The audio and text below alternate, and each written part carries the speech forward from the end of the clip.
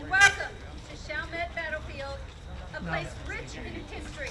Today, as we gather in remembrance, reflection, and celebration, I am especially proud to welcome you on behalf of the American Friends of Lafayette. Woo-hoo! Woo-hoo!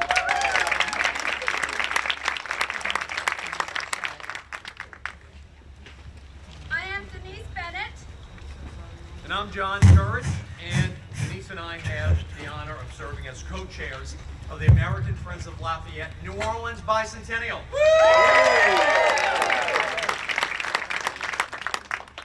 And we could not be more thrilled to have everybody out on this bright, slightly warm day. To begin, we will present the colors of the United States and the Republic of France in honor of our enduring friendship. By traditional protocol, the colors of the United States are presented first, then the visiting country. The United States colors are presented by the Louisiana National Guard Color Guard. The French colors are presented by the American Friends of Lafayette's Louisiana's Honor Guard, followed by the national anthems of both nations. Performing the U.S. national anthem is Sergeant Dana Ruminski, and the French national anthem is Sarah Mahoney. Accompanying them is the fabulous Marine Forces Reserve Band. Please rise as you are able for the presenting of the colors and remain standing until the end of the national anthem.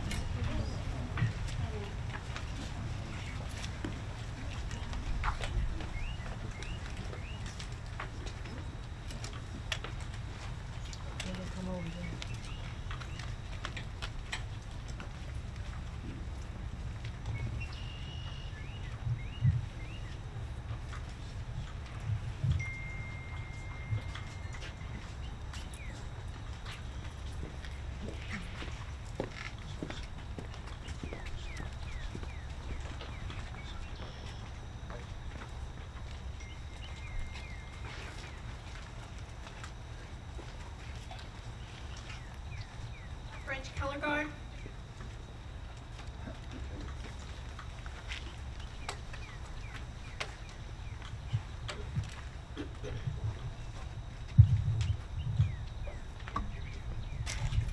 The French Color Guard, please proceed.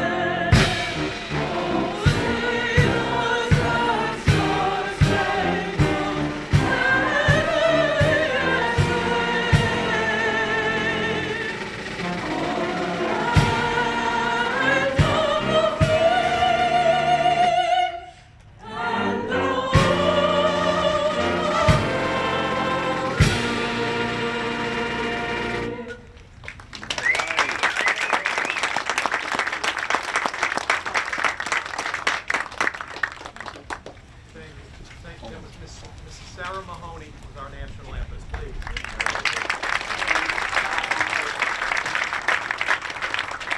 And let's hear it for the Louisiana National Color Guard.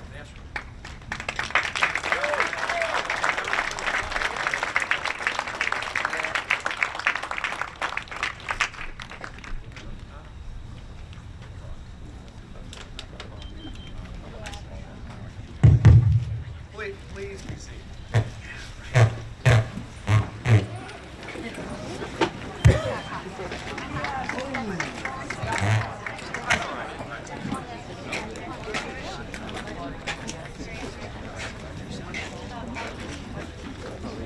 Well, we are sitting here, some of us stand in the presence of Tiffany. For me, this is especially meaningful because just a few streets over there is where I grew up. In fact, those of you who are lucky enough to be on the first bus, you got to see my house there on Veronica Drive. I cannot tell you just how many hundreds, maybe thousands of times I rode my bike over here. And, you know, while I was very knowledgeable of the history and the importance of the Battle of New Orleans, I had no idea that entire time that the great Lafayette actually stepped foot first in Louisiana, right behind you on the banks of the river. It is, I guess, you know, I was giving Chuck a hard time last night to drag me into this, but now I have to thank him, because if he hadn't, I would have never known that Lafayette was once here in my backyard. So thank you, Chuck.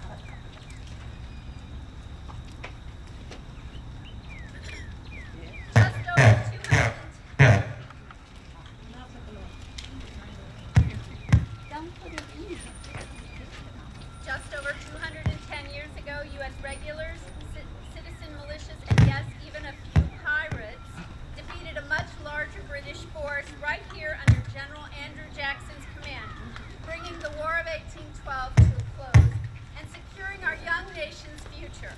And 10 years later, 200 years ago to this very day and hour, oh my goodness, that Marie, Joseph, Paul, Yves, Roche, Gilbert du Motier, the Marquis de Lafayette, the last surviving general of the American Revolution, arrived by Steamboat Natchez and first set foot in Louisiana, right here at the Chalmette Battlefield.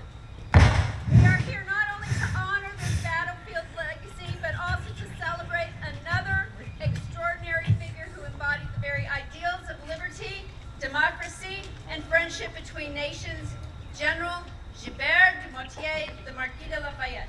Lafayette was more than a French nobleman. He was a visionary, a soldier, and a steadfast ally of the American cause.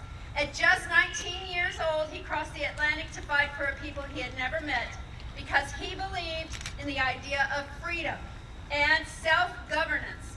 He became a trusted general under George Washington, a friend of our young nation, and a symbol of the enduring bond between the United States and France. The mission of the American Friends of Lafayette is to educate Americans about Lafayette's lasting contributions to our country's founding and to promote awareness to his unwavering commitment to liberty and to ensure that his story continues to inspire generations to come. Lafayette's legacy is not confined to textbooks or monuments. It lives in the ideals that shaped our very nation. Liberty, equality, the fight for justice.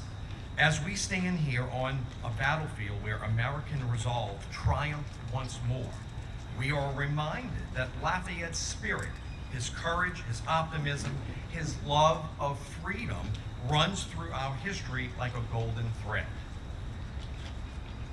Fresh off the battlefields, back-to-back meetings, armed with nothing but brilliance and a well-organized calendar, they crossed the Delaware deadlines, outwitted the redcoats of budget cuts, and still had time to rally the troops. No, I'm not talking about General Lafayette. I'm talking about our own leader in the American Friends of Lafayette, Mr. Chuck Schwab.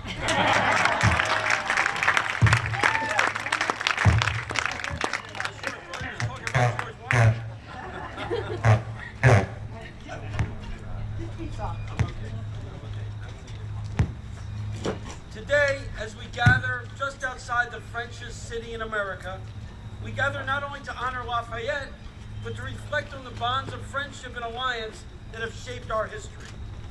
Few figures have embodied the genesis of such bond more than General Lafayette.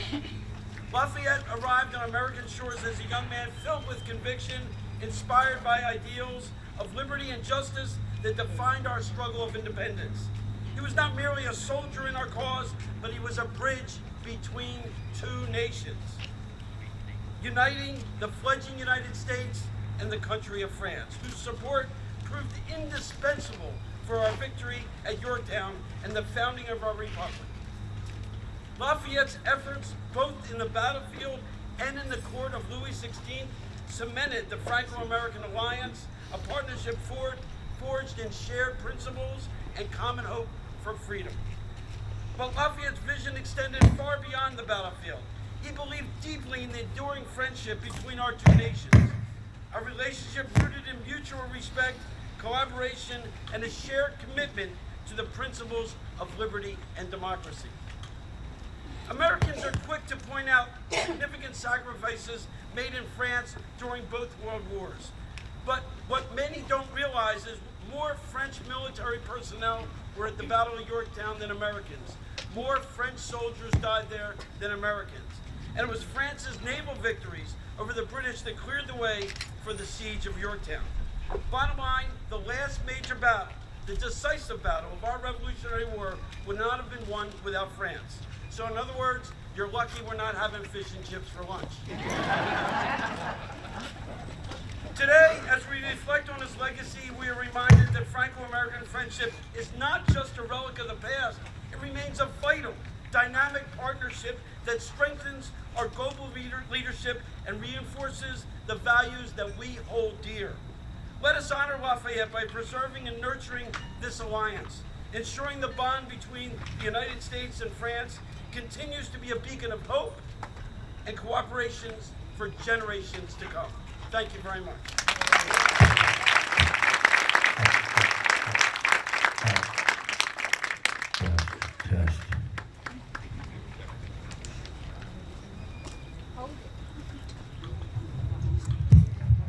Please join me in warmly welcoming the Consul General of France in New Orleans, Rudolph Semble, who brings us greetings.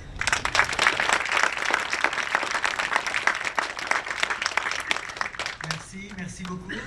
Est-ce que vous m'entendez? Can you hear me? Yes. Okay. Because we French, we have tiny voices. So, bonjour, mesdames et messieurs, distinguished guests and friends. It is both an honor and a privilege to stand with you today on this hallowed ground of Chalmette Battlefield, a site that embodies the resilience and determination of those who fought for freedom. We gather to pay tribute to the Marquis de Lafayette, a man whose unwavering commitment to liberty forged an indelible bond between France and the United States. At the tender age of 19, Lafayette left behind the comfort of his homeland to join the American cause.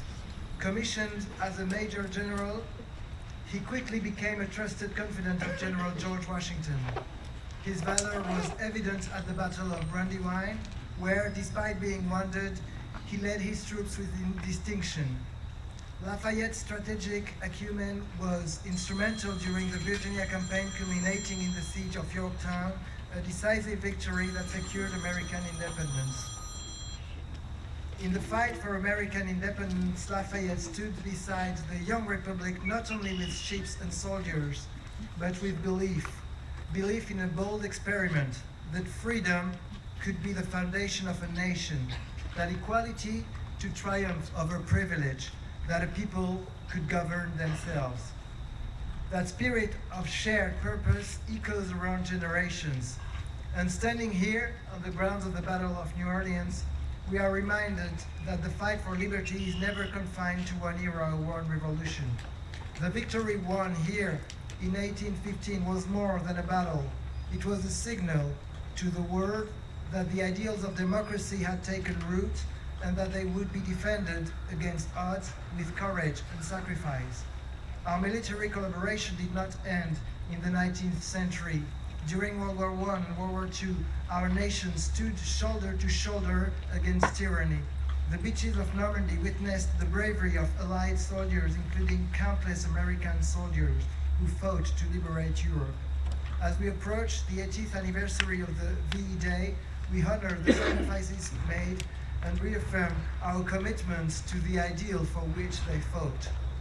Lafayette's legacy is not merely one of past glories, but serves as a beacon for future generations. His dedication to the principles of liberty, equality, and fraternity continues to inspire. Today, as we commemorate his contributions, let us also pay tribute to the veterans of both our nations, those who have donned the uniform and stood in defense of freedom. Your sacrifices have ensured that the torch of liberty continues to shine brightly.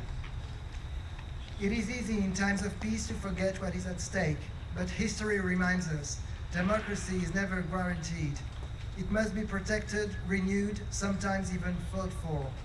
Again and again, the men who stood on this battlefield understood that, so did Lafayette. And today, as we face new uncertainties, we would do well to remember their resolve. In closing, let us remember that the enduring alliance, the enduring friendship between France and the United States, forged in the crucible of war, has evolved into a partnership that encompasses cultural, economic, and diplomatic ties. It is not just written in treaties or carved in stones, but is etched in the hearts of our peoples. Together, we have faced challenges and emerged stronger. May we continue to uphold the ideals that Lafayette so patiently champions. Merci beaucoup. Thank you very much.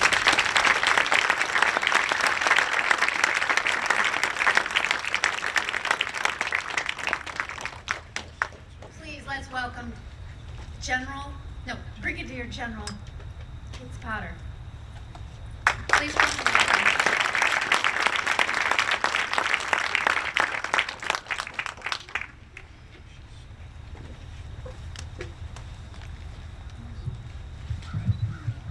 Excellencies, Generals, ladies and gentlemen, in your various titles and functions, my dear brothers and sisters in arms, my dear fellows of the American Friends of Lafayette, dear Denise, dear Chuck, and dear John, where is he? Over there. It is truly a great honor, Monsieur le Consul Général, and a distinct privilege to be here, and above all, an immense joy to be with you in Chalmette Battlefield, commemorating the Bicentennial farewell tour of General and our Franco-American national hero, actually, General Lafayette. It means so very much that all the key allies of this fabulous alliance are all gathered here some 244 years after our outstanding victory against the oppressor, and 210 years after this tremendous battle fought on this very spot. I think it is fair to say that most of us today would have dreamed to live this extraordinary moment in the history of the United States and of the world. Indeed, Lafayette has definitely played a key role in the end of this old world and the beginning of the new one.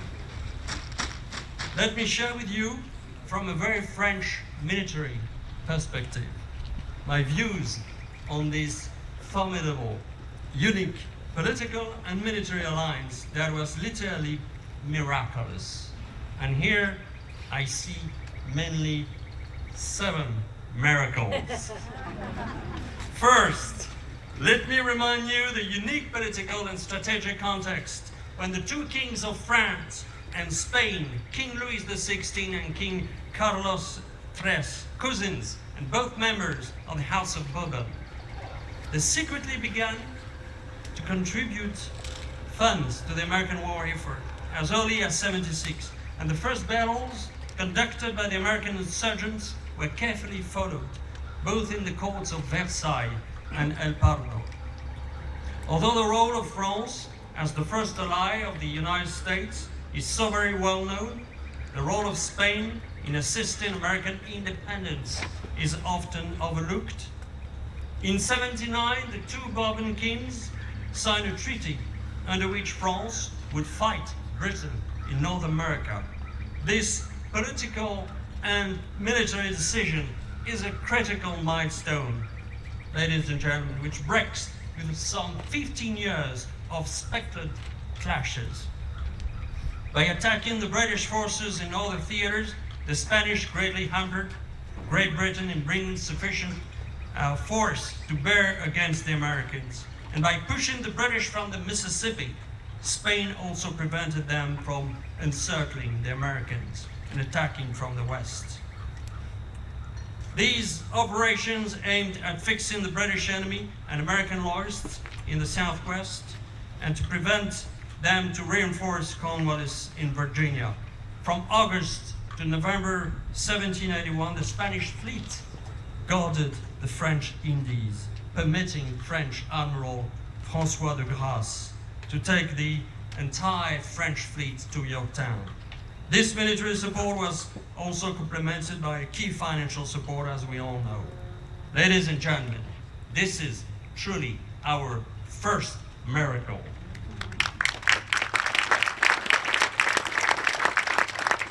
Let us now spend a few moments on one of the most picturesque and fascinating figures of the American Revolution. I am here, of course, Gilbert du Motier, Marquis de Lafayette, Major General in the Continental Army.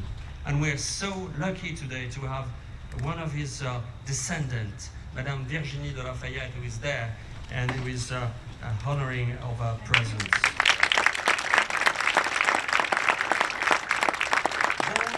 Into a very wealthy landowning family, as we all know, one of the most illustrious in the province of Auvergne, south-central France. He became the most engaged defender of liberty and a genuine champion of the American cause. This very young French aristocrat, who lives at 19, we all know this, his home, but also his wife, and crosses the ocean to fight shoulder to shoulder with his American brothers in arms. This illustrates to an extraordinary degree the earnestness, the zeal in the cause of freedom, and the unswerving devotion of hundreds of other French, Polish, Prussian officers embedded in the US Continental Army. Let us not forget at this point, because I hear my wife Helen being here saying, where were the women? Okay, honey, I'm going to tell you that. This is for you. Well, the key role of Lafayette's best friend, you know, his beloved wife, Adrienne de Lafayette, don't know why. She was not only managing the enormous wealth, but at the court of Versailles, she did the after-sale, the influential work, and eventually convinced the court and the cabinet to further commit themselves. Although Lafayette played a critical part and rendered valuable services to the United States through countless negotiations with the French court, however, it is fair to say, ladies and gentlemen, that it is highly likely that Lafayette would have come to America if France had never declared war in favor of the United States. And certainly France would have participated in the American Revolution if Lafayette had never existed. Ladies and gentlemen, my dear friends, those embedded European officers made a huge difference and undoubtedly boosted the self-confidence of the fledgling United States Continental Army, which steadfastly demonstrated its true professionalism and ability to defeat the British Army, which was still the strongest army in the world. It was in Yorktown that the Continental Army finished its training in contact with our European brothers in arms and laid the foundations of its outstanding military values and ethics that still endure today and made the difference in this very spot in Chalmette Battlefield. This is truly our second miracle. Bear with me. 5 more to come. Sorry for that. Now let us give honor where honor is due. I strongly believe that the Spanish, French, and American allies would have never defeated the best army in the world should Lieutenant General Jean-Baptiste de Rochambeau not been designated by King Louis XVI. Rochambeau is a literally war hero. He truly had the leadership of General Eisenhower, the brilliance of General Petraeus, and the charisma of General Patton. But above all, he is truly such a humble character who has been devoted all his long career to his soldiers, deserving the nickname of Papa Rochambeau. He is a war vet of all European wars, wounded in action twice at his temple and thigh, and with such a record of outstanding military performance. Versailles could not therefore find a better ambassador to fight alongside General Washington. Although both generals did not speak a word of each other's language, they immediately hit it off. Finally, Rochambeau was probably the world's most prominent expert in siege warfare. So this definitely made the difference in Yorktown. But smartly designating the right guy at the right place, France made this third miracle. In July 1718, actually 2 remarkable events occurred, each of which had the potential to dramatically reshaping the shapes and the fortunes of the American Revolutionary War. One was the new assignment of one of the best and most gallant American general, best friend of Commander himself. I name Major General Benedict Arnold.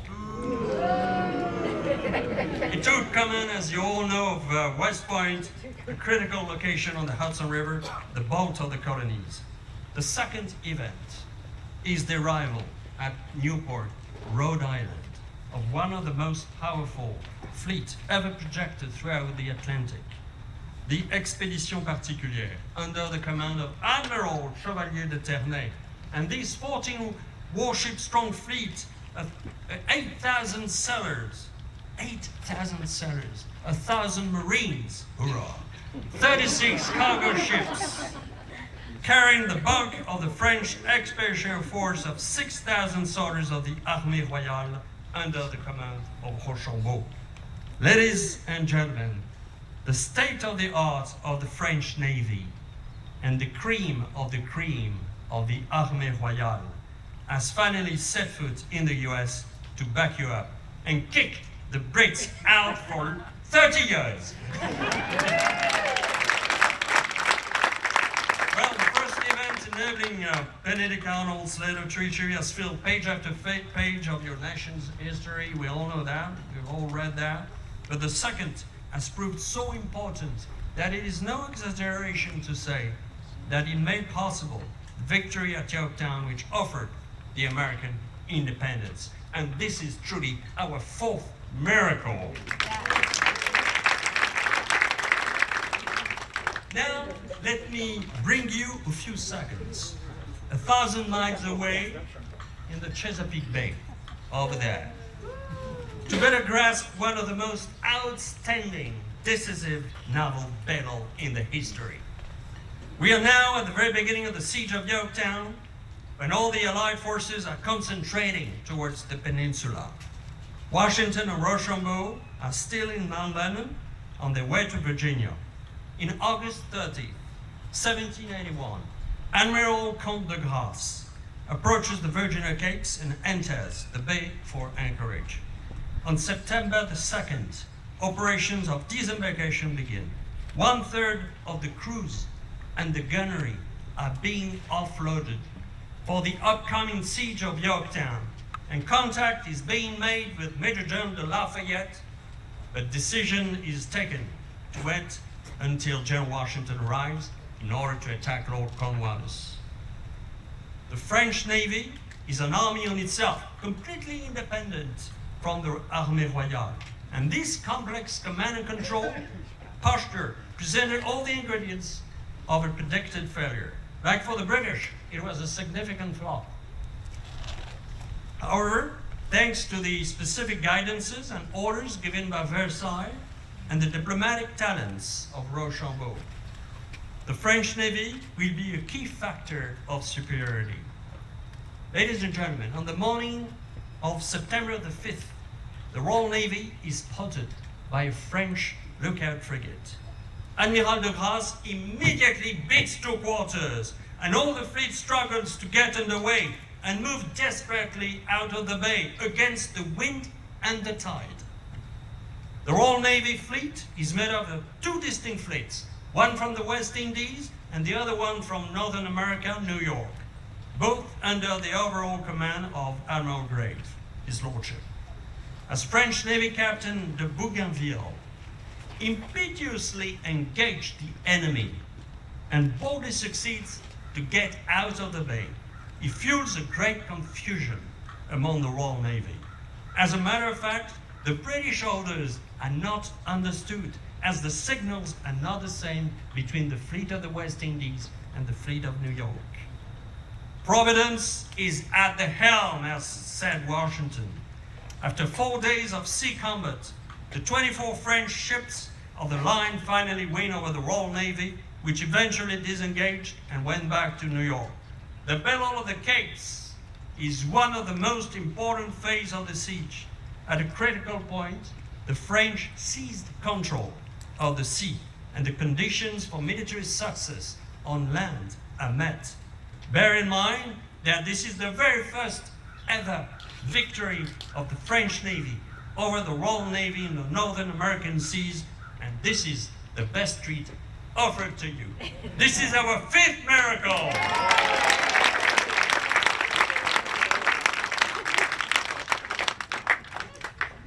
The Franco-American alliance provides America's earliest example of a perfect joint and combined operation.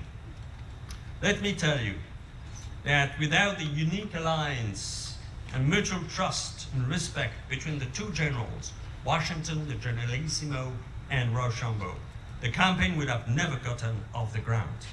The US and French military campaign is the very embodiment of the perfect interoperability and coordination between two allied armies. It did not only reveal the dazzling of the alliance and its unity of effort throughout the campaign, but it also revealed the formidable unity of command which the British authorities sorely lacked, hopefully. The excellent understanding between the American and French leaders, whose military educations were radically different, was made possible by the interpersonal skills of both military staff officers and aides-de-camp, of course, the Marquis. In addition, the charisma and political military genius of the two generals reflected on their entire staff. And we military, we know how it works, which permanently maintained the initiative against the common enemy. Never in the military history of the United States has the victory of the Continental Army been so dependent on the personal and collective commitment, the courage, the fighting spirit, the esprit de corps, and the bravery of its officers, non-commissioned officers, soldiers, and militiamen, as well as their French allies. This will pave the way for rock-solid foundations of the US Army, who will beat the British in this battlefield years after. And this is, ladies and gentlemen, our sixth miracle.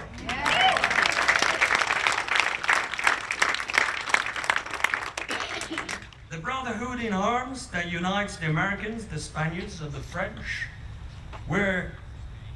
was first sealed by the blood shed together on the American battlefields.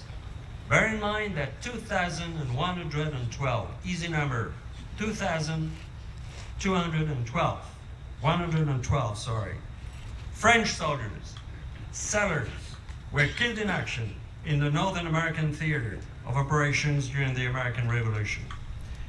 Ladies and gentlemen, the 19-year-old Lafayette, who crossed the ocean and landed in Charleston in June 77, was followed by hundreds of thousands doughboys, GIs, SAMIs, sailors, airmen, coast guards, and Marines. In 1917, 1944, and during the Cold War. And with this epic alliance, we should never forget that not only freedom is not free, but above all, France will always respond and stand by its best and first oldest ally. You are, we are today the seventh miracle. Vive Lafayette, vive la France et vive les États-Unis d'Amérique. Merci.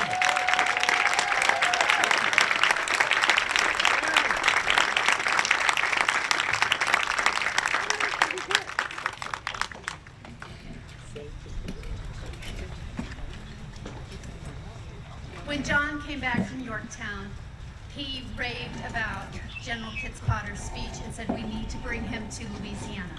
And then when we talked to Chuck to try to interact with General Kytspotter, Chuck said, General Kytspotter is the best speaker I have ever heard. And I agree. Don't you agree?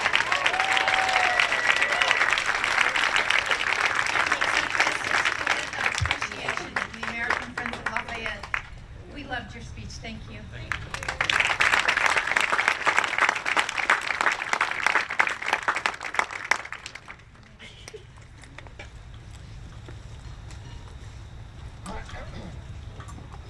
And now I have the pleasure of introducing a gentleman I've known of for many years, because he's a fellow St. Bernardian like I am.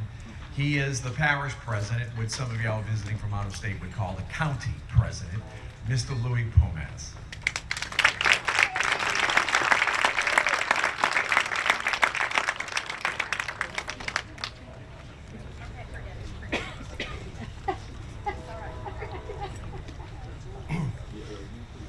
Couldn't ask for a better day, beautiful day today for such a great ceremony. You know, I want to thank everybody, first of all, that worked so hard for putting this together. Thank y'all so much. I want to introduce, we have two elected officials I noticed that are in the audience. Councilman at large, Mr. Gillis McCluskey. He's been councilman for the past 9 years.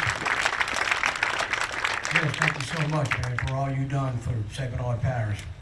We also have a constable, Mr. Henry Matry, for Ward E. Mr. Henry, thank you so much for being here today. Henry kind of puts this together.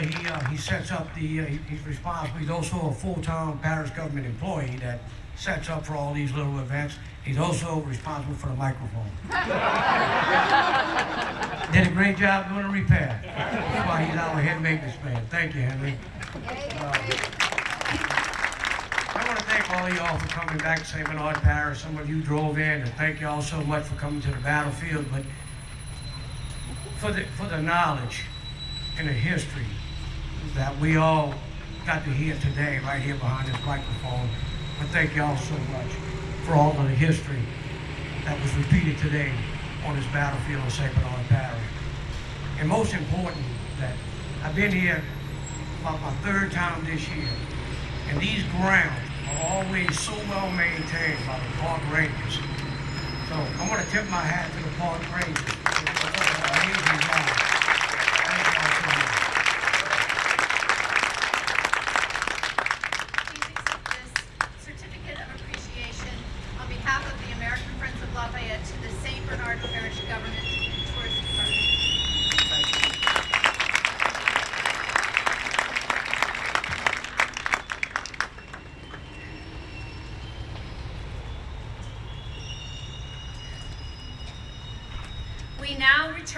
We now turn to a special part of our program, a historical portrayal that brings to life the voices and spirit of this remarkable time.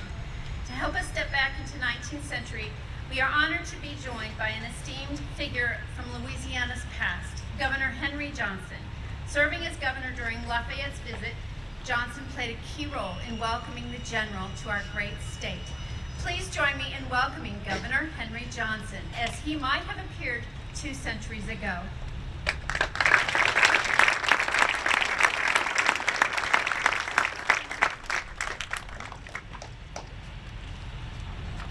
On behalf of myself and my esteemed predecessor, Governor Jacques Philippe Villeray, I am proud to have this moment witness the man who stood beside Washington. Louisiana enjoys the singular honor of receiving on her soil General Lafayette, whom this nation, with one acclaim, hails as its guest, who shed his blood for her in the cause of freedom. General, our state did not share with you in the toils and glories of the War of Independence, but her inhabitants are as ardently attached to the principles of the original 13 states as they. We stand as firmly resolved to preserve inviolate the blessings of liberty as any of our elder states, as is proven by the sacrifices made on the ground on which you walk today. It was here, with their companions in arms, led by the gallant Jackson, Louisianians met a haughty invader, and with their victory, raised a proud monument of Louisiana valor. We search in vain the annals of history for victory achieved under circumstances as splendid and glorious. These men relieved the soil from the tread of hostile footsteps and furnished a trophy not unworthy of you, General Lafayette, who reared the banner of America over the redoubt of Yorktown. In the name of the people of Louisiana, I welcome the veteran patriot on the spot hallowed by the blood of patriots. We share with the whole people of the United States a cheering satisfaction that the friend of our nation's youth has come in his old age to survey the fabric his hands have contributed to rear. You will perceive that your generous efforts in the cause of freedom have not failed, especially on behalf of those who can boast of the same origin as you. This state, settled by Frenchmen and principally inhabited by their descendants, is a triumphant answer to those who have proclaimed Americans unfit for freedom and stigmatized you for laboring to confer upon us the greatest of blessings. In the lands bathed by this magnificent river and its tributary streams, where years ago civilization had not worked its luminous trace, you will now see new states. You will find smiling fields, thriving towns, busy commerce, and a free enterprising population skilled in all the arts which dignify men when they look forward to the prospective increase of years to come. The ever-active energies of civil and religious liberty have continued and will continue to advance. New states have arisen, and millions yet unborn will bless the same fervor that we feel for the illustrious philanthropist, you, General Lafayette, whose virtue achieved the glorious work of American liberty. As Chief Magistrate, and on behalf of all Louisianians, I again cordially bid you to welcome to this land. And on behalf of the state of Louisiana, on behalf of my fellow Governor Villeray, on behalf of the veterans of the Battle of New Orleans, I welcome, ladies and gentlemen, if you will be upstanding, General Marquis de Lafayette.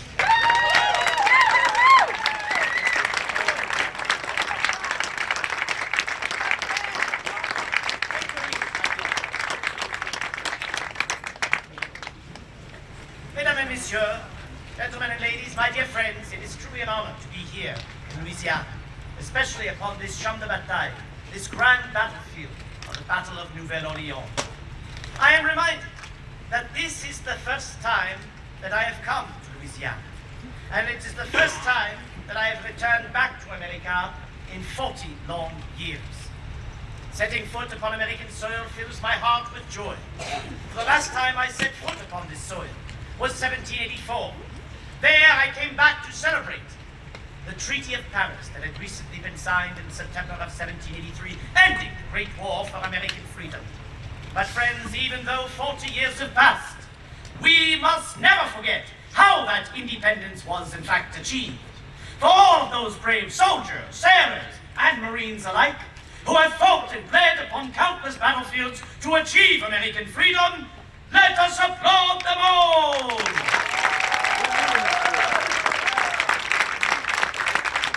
Dear friends, I am also reminded that setting foot upon this battlefield, the last battle of that great war of 1812, in which these Americans had defeated the English, I am reminded of my participation in the great siege of Yorktown.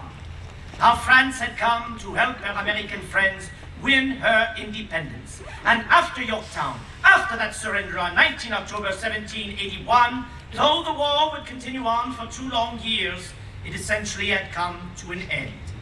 Just as this battle, after it was fought, of course, little did they know at that time that the Treaty of Ghent was already being signed, and it had come to an end.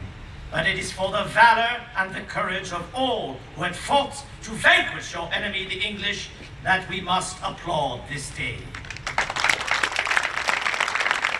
Gentlemen and ladies, though the last time I saw His Excellency was 1784, we had a wonderful experience together. For we spent 2 glorious weeks at his beloved Mount Vernon. We rode on to Annapolis, said goodbye to officers that we had the honor and privilege to have served with, and then onward to Marlborough, where we said our goodbyes. But General Washington said something to me that has always remained with me. He said, Monsieur le Marquis, I sincerely believe that the easy part was winning this war. I could not imagine he would say such a thing after all of the trials and tribulations we had been through. But he explained himself further by saying, I do believe that the much more difficult part will be is for these 13 former colonies that have now formed 13 United States, well, getting along with one another, surviving into the future.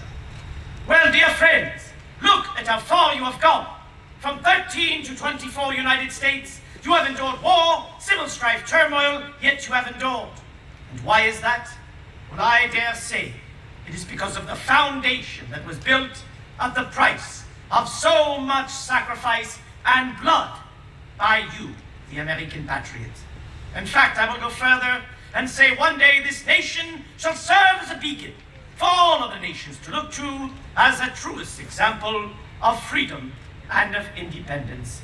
God bless you all, my dear friends, and God bless this great nation of the United States of America.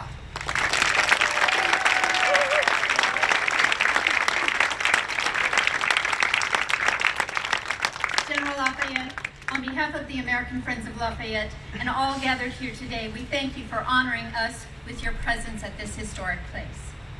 Can all the Masons in attendance please come forward to stand up here, up front, please? It is now my honor to recognize a distinguished group whose presence adds great meaning to today's gathering. The Freemasons have long played a vital role in the story of our nation and in the life of General Lafayette himself, who was a proud Mason and saw its principles a reflection of the values he fought to uphold: liberty, equality, fraternity, and service to humanity.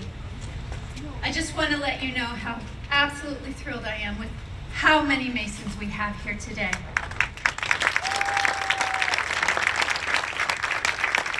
Mr. Darren Woodard will speak on behalf of the Masons. I have to follow Lafayette? That's just not fair. It was war that brought us together, but it was his courage, his honor, his dedication that would impact this nation forever. He believed in freedom, and his name would ring that very sound. And this country would honor that for a lifetime. General Lafayette comes from one of the oldest families in France. His ancestors fought in the Crusades and alongside Joan of Arc, and now takes his rightful place in honor of his family in tradition. But it was the city of New Orleans that would have something in common with our brother Lafayette.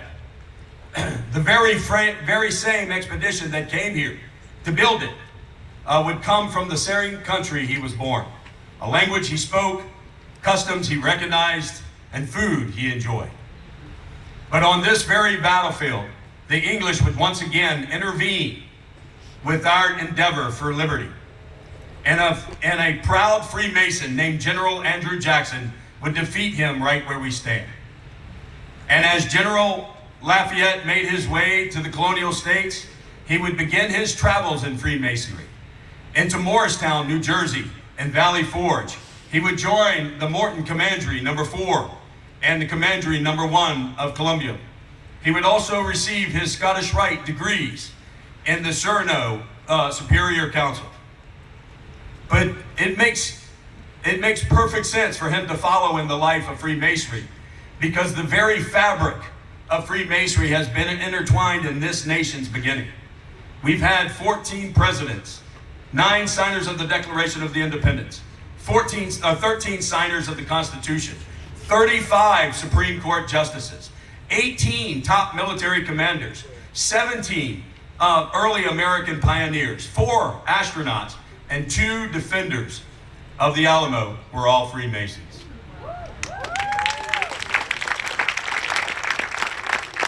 The builders of the Statue of Liberty, the U.S. Capitol building, the Steamboat, and Mount Rushmore were all Freemasons. The founders of the FBI, Dow Chemical, Red Cross, Chrysler, Ford, Hilton Hotels, and the builder of the it's coming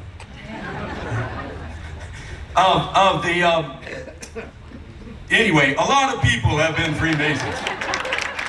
And more importantly, the men that stand right here next to me are proud Freemasons. And there's no doubt that General Lafayette visited our French Masonic lodge called Etoile Polaire. And I am a member and a proud Mason of that lodge that's been in New Orleans since 1794.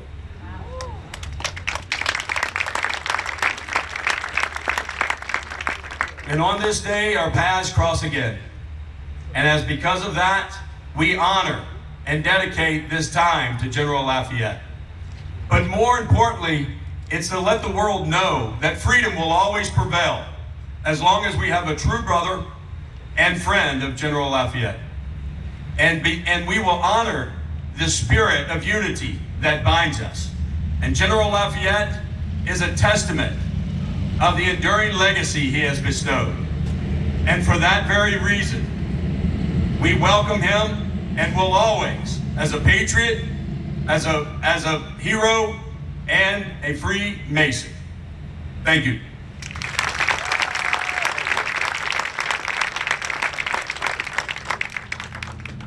On behalf of the American Friends of Lafayette, I offer our deepest thanks to the Masonic fraternity for your presence and participation in today's commemoration. Your involvement adds a profound layer of historic and symbolic meaning to this occasion.